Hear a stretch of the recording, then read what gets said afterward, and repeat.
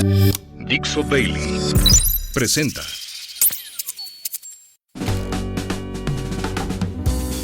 Bienvenidos, esto es Fuera de la Caja. Yo soy Macario Esquetino y le agradezco mucho que me acompañe ahora sí a empezar la lectura de Conspiraciones.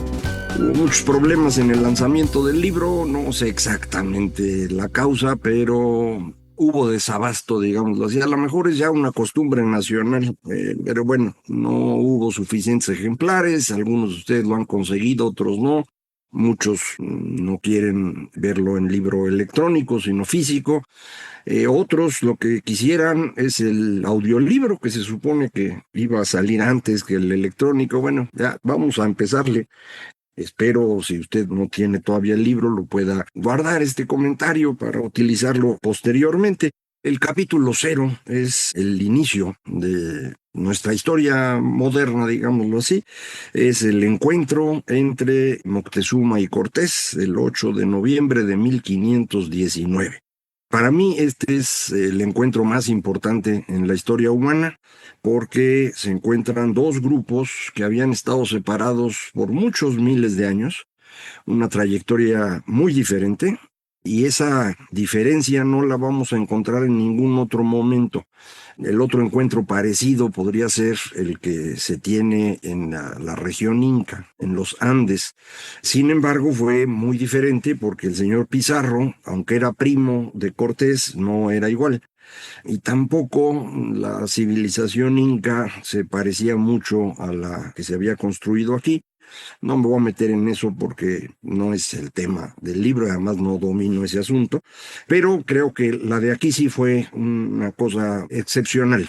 No solamente porque se encuentran estos dos grupos que vienen de trayectorias bien diferentes, sino por las dos personas que son los líderes de los grupos. De un lado Cortés y del otro lado Moctezuma.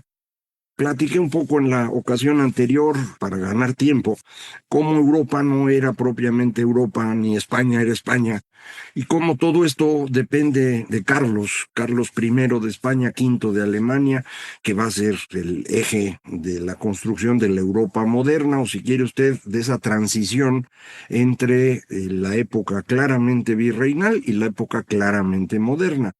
No hay en la historia cambios que un día estaba usted en la Edad Media y al día siguiente amanece en la modernidad o en el Renacimiento, como le quiera llamar, eso no pasa. Entonces ese periodo, creo que Carlos es el personaje más importante y platiqué un poco de eso, aunque es del capítulo 1, se lo platiqué la vez pasada, ya profundizaremos en ello.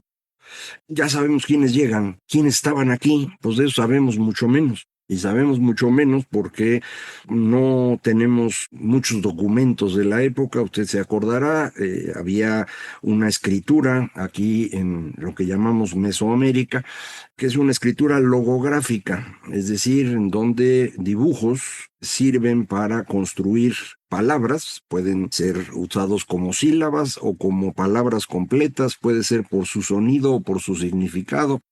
Escrituras logográficas tenemos varias en la historia, y la de aquí así era. Todo parece indicar, al menos eso creo yo hasta ahorita, que la primera escritura que tenemos aparece por ahí del 900 antes de Cristo en la región olmeca, y la evidencia que tenemos de ello es una cosa que se llama el bloque de Cascajal, una piedra en donde están grabados muchos símbolos que después van a ser utilizados, muchos de ellos como parte de la escritura logográfica, y que se parecen a otros símbolos que los seres humanos han utilizado en distintas ocasiones. Este bloque de Cascajal es medio complicado porque en donde se encontró no se hizo propiamente el trabajo arqueológico completo. La comunidad en donde se encontró lo considera de su propiedad, y con esto de que ahora pues cada grupo originario dice lo que quiere, pues ahí lo tienen. Yo tuve la fortuna de verlo en el instituto, en el Museo de Antropología, porque lo traían para una exhibición y ahí lo vi y me maravilló. Yo no sabía que existía, ¿eh? Pero bueno, ahí empezamos. Entonces no hay mucho de lo que se escribió, se destruyeron códices, se destruyeron también edificios donde había narración escrita en las paredes. Entonces no tenemos mucho de aquello. Y de lo que sabemos, pues lo primero es recordar que no todo México era Mesoamérica. Mesoamérica es un cacho nada más, y le llamamos así porque pues hace casi 100 años que se les ocurrió definir ese término, porque hay una cultura más o menos común que arranca probablemente con los olmecas. Ahora también se quejan de eso y no la quieren llamar la cultura madre, porque ninguna cultura es UTEP. Ya ve usted cómo se ponen ahora los científicos sociales, pero tenemos alguna evidencia de una cultura protomaya y de una cultura proto-olmeca al principio, y vamos a tener toda la región ciertas cosas que todos más o menos van a utilizar, entre ellas el juego de pelota, también la existencia de la serpiente emplumada, pero no es igual en todas partes. Por ejemplo, los mayas del período clásico, eso de la serpiente emplumada no era tanto lo suyo. Va usted a encontrar en Yucatán serpiente emplumada, digamos, de la segunda ola maya, la de los itzáes, que no son mayas en realidad. Son una fusión entre la cultura tolteca, los que estaban en Tula y se movieron, y los comerciantes de Tabasco que se van a ir a instalar a donde todo el mundo ubica los itzáes, Chichén Itzá. Y ahí encuentra uno ya cosas que dice uno, mira, se parece a los toltecas. Pues sí, eran toltecas. En el centro del país, digamos, desde donde empezaba esta región, empezaba en Querétaro prácticamente, Jilotepec era la frontera norte de esta región, y hacia abajo, pues tenemos en toda la zona del centro del valle de aquí, de la Náhuac, pues eran culturas parientes de los nahuas. Algunos llegaron antes, llegaron después, más o menos. Existen otros grupos aquí también, otomís, tlaxcaltecas, y ya más para abajo, más hacia el sur, se encuentra uno a grupos totalmente distintos, con lenguajes diferentes. De hecho, el zapoteco, el mixteco tienen un origen diferente al náhuatl. Entonces, bueno, pues son otros grupos. Pero todo eso lo juntamos en el concepto de Mesoamérica y pensamos que eso todo junto es lo que era el imperio de los nahuas en la época que llegó Cortés. Medio lo era porque el grupo que se instaló en Tenochtitlan, que eran unos recién llegados, paulatinamente se fueron asociando con otros que eran más poderosos, los tepanecas, los de Azcapotzalco, y se hizo esta cosa que se llama la Triple Alianza. En esa Triple Alianza, Moctezuma y Huicamina logra tomar el control absoluto de estos tres grandes reinos y empieza a tratar de extender el control. Lo va a seguir su hijo, Axayácatl. Axayácatl incluso trató de conquistar a los michoacanos, entonces purépechas. No lo logró. Este fue una civilización que nunca fue dominada por los nahuas. Lograron hacia el sur, Izcoatl sí logra moverse hacia abajo y empezar a controlar sobre todo las rutas de comercio y poner enclaves en algunas partes, pero no tiene un control absoluto. Y eso es lo que le hereda al tal Moctezuma, Moctezuma Xocoyotzin. Él llega al poder. Recuerde usted, todo el tiempo los tenochcas son gobernados por una sola familia. Es la familia de donde vienen todos estos monitos. Moctezuma tiene que tratar de controlar un territorio que le dejó a Huizotl, que no controla bien. Entonces, no crea usted que el señor Moctezuma era así como el que tenía todo el control aquí. Eso no era así. Tenía obviamente enemigos claros, los tlaxcaltecas, por ejemplo, pero también, como ya vimos, los purépechas, nada más que esos no se metieron en este proceso. Y tenía otros que eran, pues, que tenían que pagar tributo y lo que usted quiera, pero así como que los tenía controlados, no, ¿eh? Entonces, pues él está nervioso incluso antes de que llegaran los españoles. Cuando llegan, se pone más nervioso, porque empieza a notar estas coaliciones que se forman alrededor de estos nuevos visitantes en la zona, Los españoles, pues no son muchos, sí traen caballos y traen los rifles, o como se llamaran en esa época, pero pues no cree usted que eso era así como tan espantoso.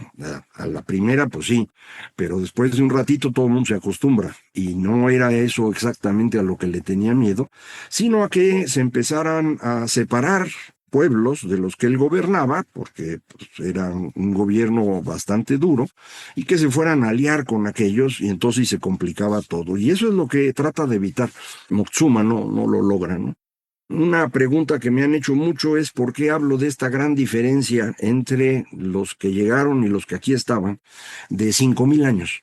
Y la razón es porque, lo platico ahí, nosotros aquí en México empezamos a tener agricultura hacia el año 5000 antes de Cristo. Antes de eso empieza la domesticación del maíz, pero no es lo mismo domesticar la planta que tener agricultura. La agricultura exige varios procesos importantes, entre ellos la capacidad de ampliar el grupo a un tamaño en el cual sea, entre comillas, negocio la agricultura. Y esa mayor cooperación requiere este proceso de ir construyendo dioses. Es algo que hemos platicado en otras emisiones aquí de Largo Aliento. Eso es lo que vemos en Levante, en donde empieza la agricultura, Levante, Anatolia, en el viejo mundo, como se decía, que funciona más o menos después, alrededor del 10,000 antes de Cristo. Es despuesito de este periodo frío extraño que llamamos Younger Dryas, que ocurrió entre el 12,500 y el 11,900 antes de Cristo. Y cuando termina esto, empieza a haber otra vez calorcito, pues ya la agricultura funciona. Pero antes de eso, habíamos empezado el proceso para pasar de la adoración de los antepasados a la construcción de pequeños dioses, muchos pequeños dioses.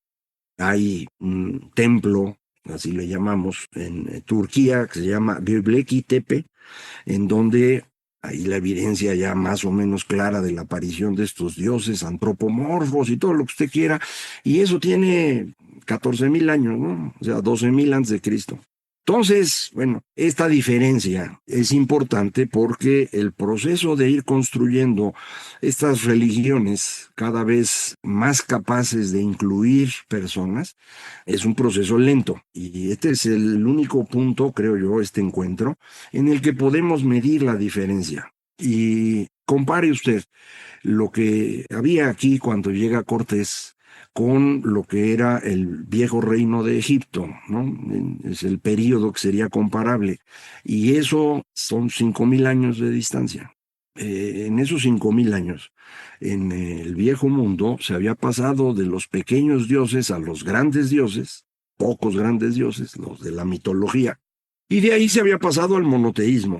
Y el monoteísmo es muy importante, no solo porque permite construir imperios grandotototes, sino porque es expansivo. Los que creen en un solo Dios están convencidos de que ese es el Dios. O sea, no hay otro. Cuando usted cree en varios dioses, si le traen uno nuevo o le quitan uno de los de usted, pues no pasa nada tan grave, ¿no?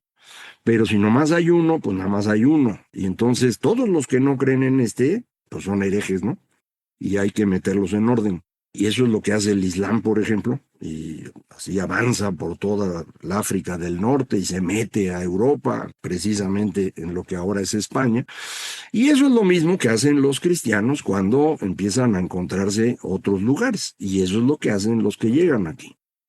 Entonces ellos traen una idea muy distinta de la que tenían los que aquí vivían. Los de aquí están preocupados por vivir en mejores condiciones, porque haya suficiente comida, tienen sus dioses a los cuales hay que estarlos atendiendo con las cosas que les corresponden, entre ellas, sobre todo en el caso del tal Huitzilopochtli, pues hay que andar ejecutando gente con cierta frecuencia.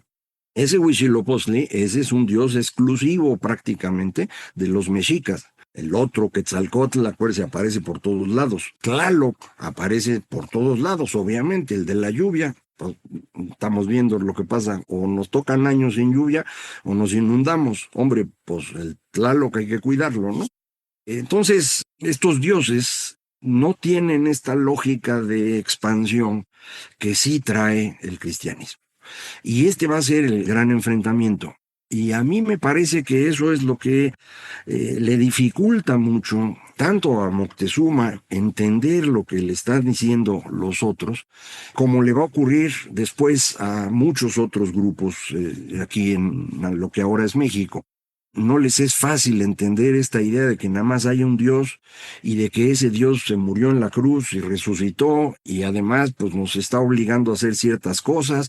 El concepto de pecado no tiene lógica en las religiones que teníamos aquí antes de eso.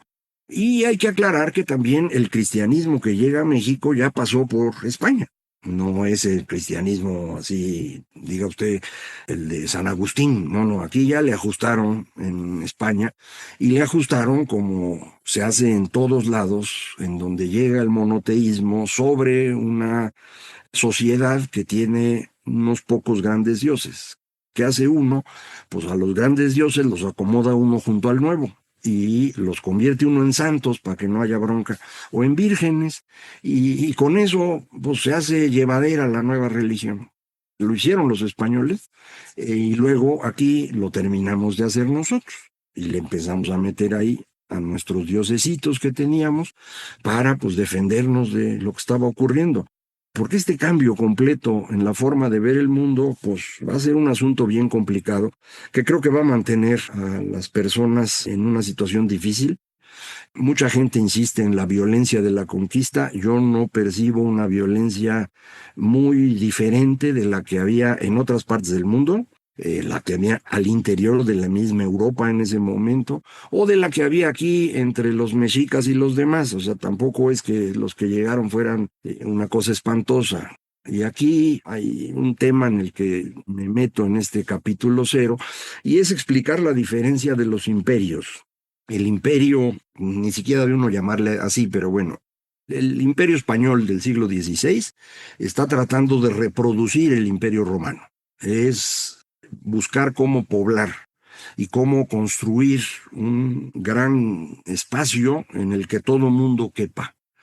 Y por eso, desde el principio, hay una preocupación, primero de los reyes católicos, luego de Carlos, luego de Felipe, de que a los indígenas se les trate bien, que no haya abusos.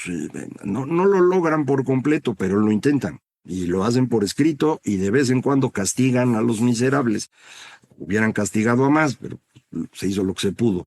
Eso es muy distinto de los imperios europeos del siglo XIX. Esos están hechos para ir a saquear. Entonces, cuando ahora hay movimientos anticolonialistas, están hablando de esos imperios del XIX, que no tienen nada que ver con el español del XVI. Entonces, extender las creencias que tenemos sobre el XIX, que igual no son totalmente ciertas, no lo voy a aclarar ahorita, extender eso al siglo XVI y decir que los españoles vinieron a saquear, eso no tiene sentido, de veras no tiene sentido.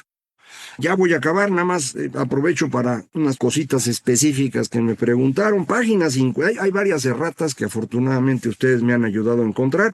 La más chistosa está en la página 58, dice oportor, debía decir no por nada. Así está en el PDF que yo revisé por última ocasión. En el momento que se imprimió, llegó el duende y puso oportor, esa palabra no existe. Y dos preguntas específicas cuando hablo de la dieta de Worms. ¿A qué me refiero? Dieta se le llamaba al Parlamento. A lo mejor por eso ahora lo que se les paga a los diputados le llaman dieta. Y finalmente me preguntan acerca de la sodomía. Sodomía es el sexo homosexual entre varones, que esa es la palabra que se usaba en la época, que era algo que existía aquí en Mesoamérica y que a los españoles que llegaron les espantaba mucho. Yo no sé si después ya no les espantó o qué pasó, pero del principio sí se quejan muchísimo de eso, y son las cosas que les exigen a los habitantes que están empezando a conquistar, que abandonen a sus dioses, que abandonen los sacrificios humanos y que abandonen la sodomía. En realidad, la gran tragedia que se vive en América, insisto, no es tanto los españoles en sí, sino los bichos que traían y luego los animales que trajeron, las vacas, los puercos, las gallinas, los borregos. Pero de eso, la gran caída poblacional y la gran transformación que eso significó, platicamos la próxima semana. Muchísimas gracias. Esto fue Fuera de la Caja.